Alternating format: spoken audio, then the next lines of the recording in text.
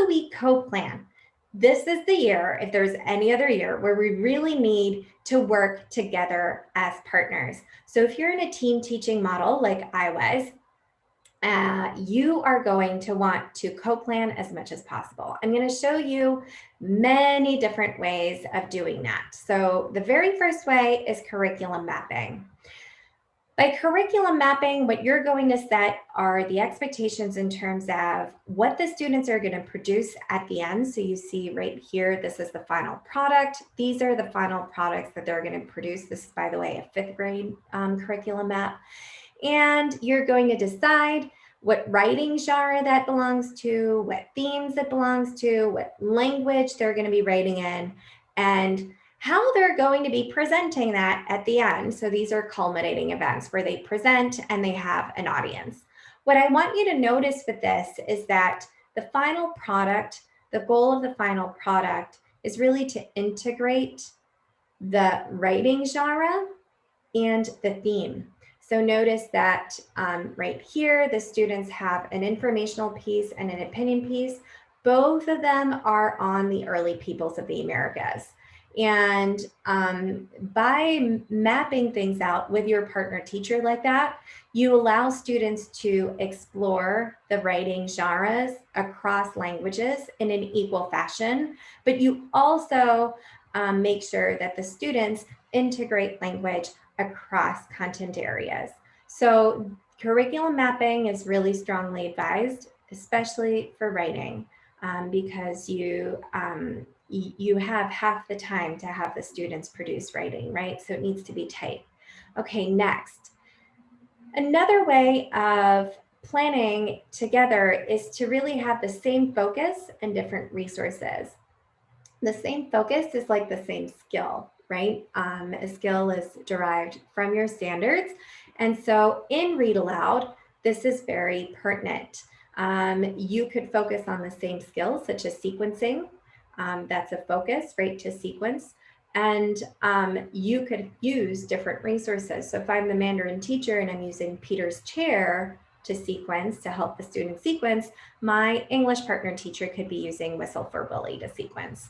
And then the next day or the next 2 days, depending on your model, I could focus on, again, Peter's chair, but with feelings, and then Whistle for Willie feelings, but in English.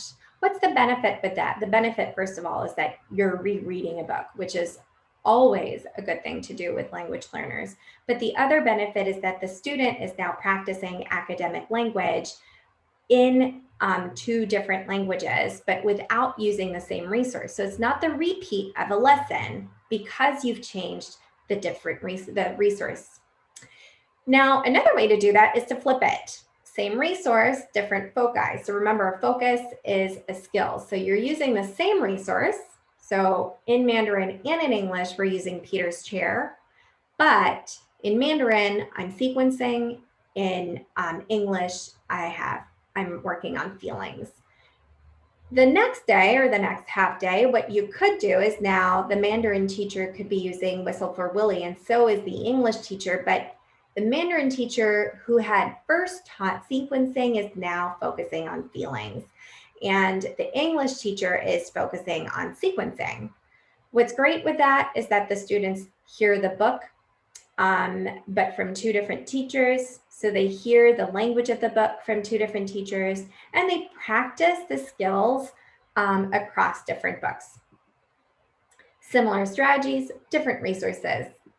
So sometimes we have similar strategies that we can teach our students, but we need different resources in order to be able to teach that. The reason I put similar instead of the same strategies is because sometimes they just can't be the same. So this is an example of 3 days worth of instruction and shared reading. So on the first day, the French teacher and the English teacher are working on the exact same strategies. Readers carry the pattern from page to page by remembering the words that repeat. In French and English, that's something that you can totally do in both languages. On the second day, they also focus on the same strategy. So readers figure out tricky words by looking at the picture. Fine, great. But on the third day, the English teacher is working on sounding out the first and the last letter. If you know anything about French, the last letters in French, half of them are completely silent. So you're not going to teach your students to use that strategy. It would actually hinder their ability to read. So instead, the French teacher is teaching readers figure out tricky words by figuring out which letters at the end of a word are silent. That's the right strategy to teach. So this is really great to do with shared reading, this approach to co-planning, because you're re-emphasizing the same strategies, same skills over and over again. But sometimes it's just not possible, right, to have the exact same ones. And sometimes also our resources don't lend themselves to the same strategies, and that's understandable. Same strategies, different topics. So what if I'm having the student produce two pieces of writing, one in Spanish, one in English? Well, first of all, I never let my students just translate whatever they're doing in one language into the other language. I usually have one theme that dominates both pieces of writing. And so if my Spanish partner teacher is working on certain community workers, I might be working on some that are the same and some that are different. And I'm asking students to choose different community workers than the ones that they've chosen in Spanish. So in Spanish, they have community worker one, let's say the principal. And in English, they have community worker two, let's say it's the mailman, right, or the mail person. So now I ask the students to use the same strategies actually in both languages each day.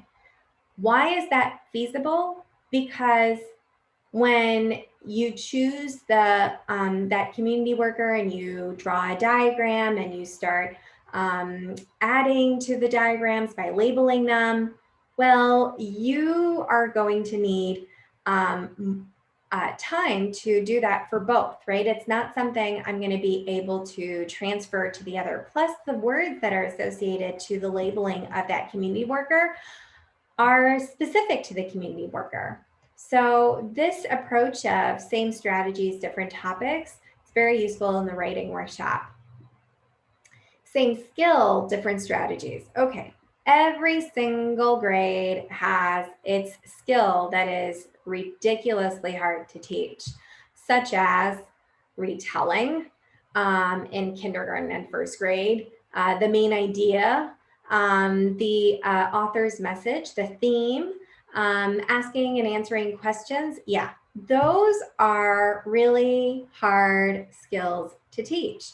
So sometimes it's nice to have an entire week dedicated to that, so that you teach the students many different strategies each day, but they're all for the same skills. So notice here, every single time it says retell, but here I'm retelling by using my fingers. Then I retell by looking at the pictures. Then I retell by remembering the beginning, the middle, and the end. Then I retell by using a sequence map. Then I retell by saying primero, después, al final. And then I retell by using first, next, then last, right? So that helps us with being able to really drill in a very difficult skill. And it gives the students exposure in both languages, but in different ways, different strategies. So same strategies, non-transferable academic language. Sometimes we have very language-heavy strategies that require us to teach them twice because the students are using academic language that they cannot transfer. So this is the case, for instance, when you're teaching the students in writing workshop to use transitional words. Transitional words is something that, yes, is shared by Spanish and English, but the words are different. So when I teach the students that writers use transition words by starting their sentences with whatever it is, I have to use transition words that are specific to my language. On top of that, I have to work with the language proficiency that my students are at. So you'll notice that, let's say this is an informational piece that they're writing, right? And so they're using informational transition words. And these actually, después, luego, and al final, those are mostly for narratives. So this is kind of a mix. Let's imagine they were all informational. I want you to notice that además and entonces are actually much easier than nevertheless, right? Or therefore.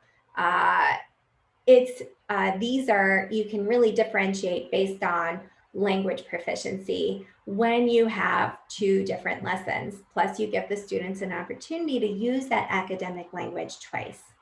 Shades of meaning. Shades of meaning are synonyms. And it's a really big deal in second grade. It's actually part of the language standards in second grade, but I love to carry it out into all of the grades. It's really, really useful.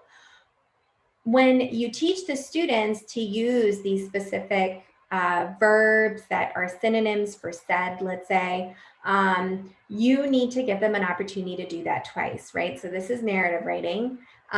In English here, you'll notice that this is in past tense. Here, we didn't use el pretérito. And the reason we didn't use that is because maybe those students are non-native speakers of Spanish. And right now, it's much easier for them to just use present tense.